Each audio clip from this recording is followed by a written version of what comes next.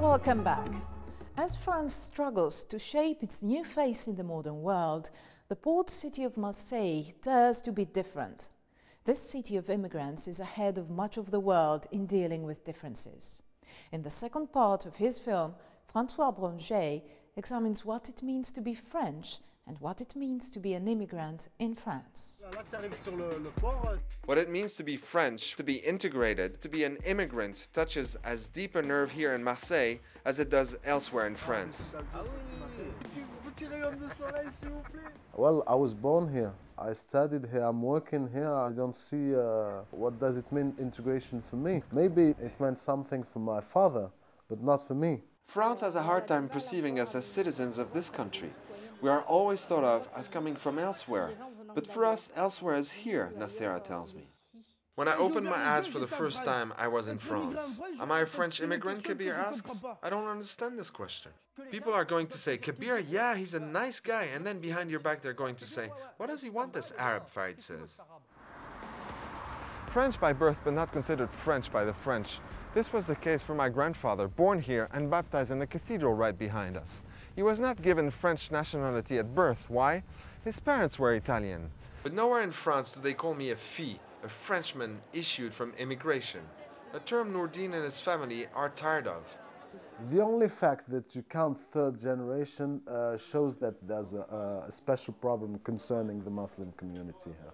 Amar Belhaj tells me, the young Muslim today has a bad image of himself because we speak of the Judeo-Christian culture and not of the Judeo-Muslim Christian culture, as if Islam had never contributed anything, as if we never even laid a stone, nothing.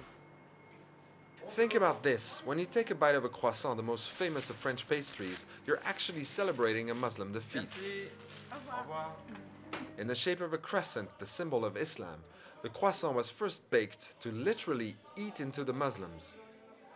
Are you French, I ask? No, I'm not French, says this young boy. I mean, yes, I am. In fact, we are French. I was born in France, but I'm of Tunisian origin. But they say I'm not French. No one understands this crisis of identity better than Kader Tiglit, who grew up in the same rough neighborhoods, where he is now a devoted educator and activist.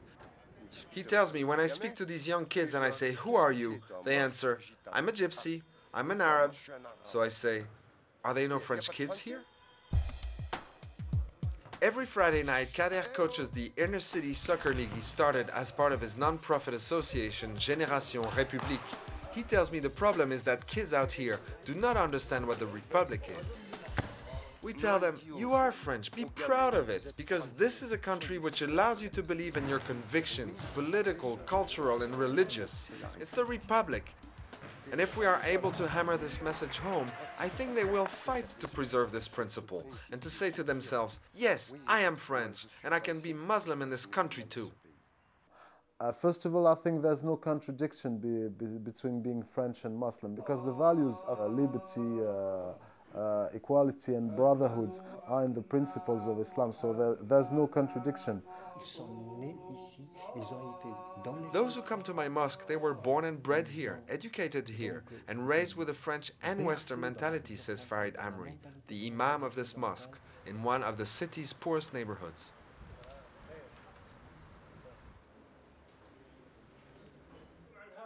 The only difference, he tells me, is they have another richness, another culture of origin, plain and simple.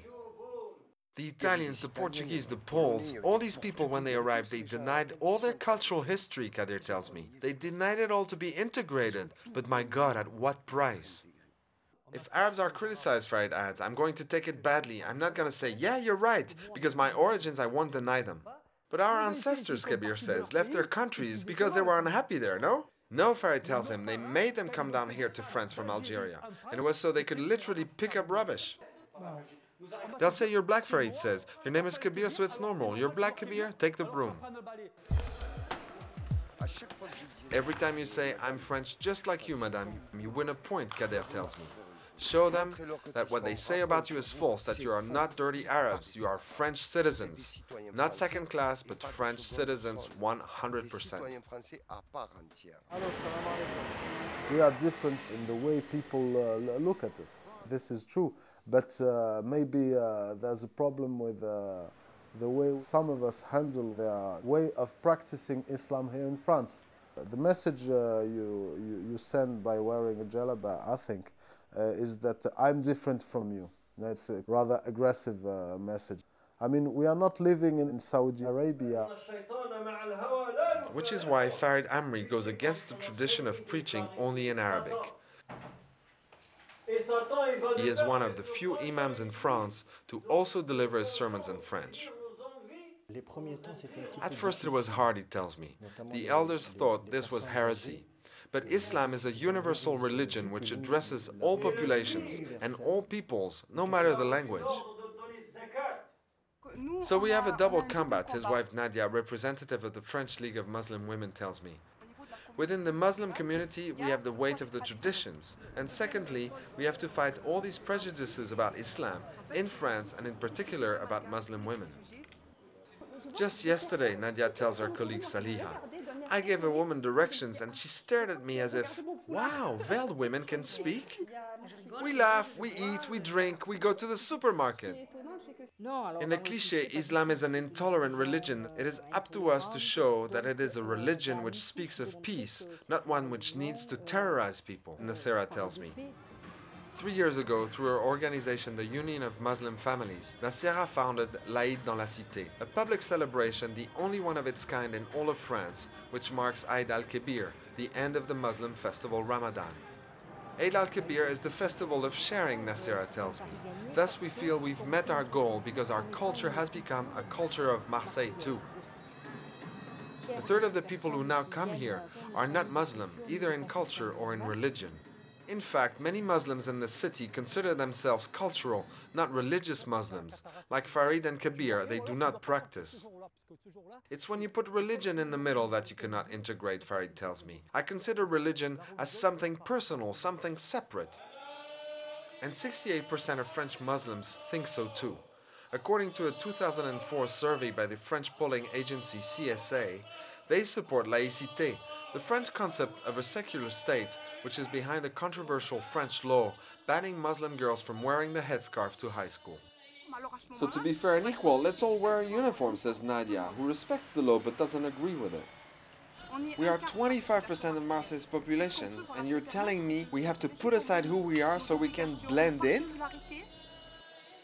And many Muslims here are also tired of praying in makeshift mosques, where believers spill onto the streets. I ask for a space where I can bring my children to pray in dignity and say, here, as Muslims, this is your place, just as those of other faiths have theirs. French churches and synagogues in the city were built with government money before the separation of church and state. Now, after years of political infighting, city land has finally been set aside for a grand mosque, but many doubt it will ever be built. Even if it is, points out Kader, where is it going to be? Out here, in the Quartier Nord, Marseille's polite term for the ghetto. If I go put in an application for housing, Nadia tells me, I will be greeted. They'll give me a number. But that apartment, I'll never get it. Never. Simply because my name is Nadia Amri. Shipping entrepreneur Amara Belhaj tells me, racism is a subject which we must put to the side. It exists, but we must stop finding excuses every time there are obstacles. We must fight, and the biggest change of attitude that needs to be made is our attitude as Muslims. This might work in the business world, but after 13 years in politics, Nourdine has had enough. Let's be realistic. At the political level, we are tolerated. We are not quite accepted. He was just a token Muslim, he says, and thus could make a difference for those who elected him. They are not looking for partnership with our community. They are only looking to the image. An image, say people out here, is too easily manipulated by those who've never even set foot in these neighborhoods. Society's come, it's always Muslim, says Kabir. The rights were said to be Muslim, everything is said to be Muslim. This is rubbish. The vast majority of the youth out here are extraordinary, says Kader. They want to give, they want to stick by each other. We must find a common ground, Kader continues. And today, the only tool we have left to bring us together, the only thing we have in common, what is it? It is the Republic. We haven't won yet, but believe me, we're working on it. Immigration relates to sudden and deep social and cultural changes. Yes, Europe is at a crossroads, as it has to deal with absorbing its immigrants productively and also learn how to live in an ever-changing and diverse environment. Thank you for joining us on our journey through Europe. I'm Elizabeth Filippouli.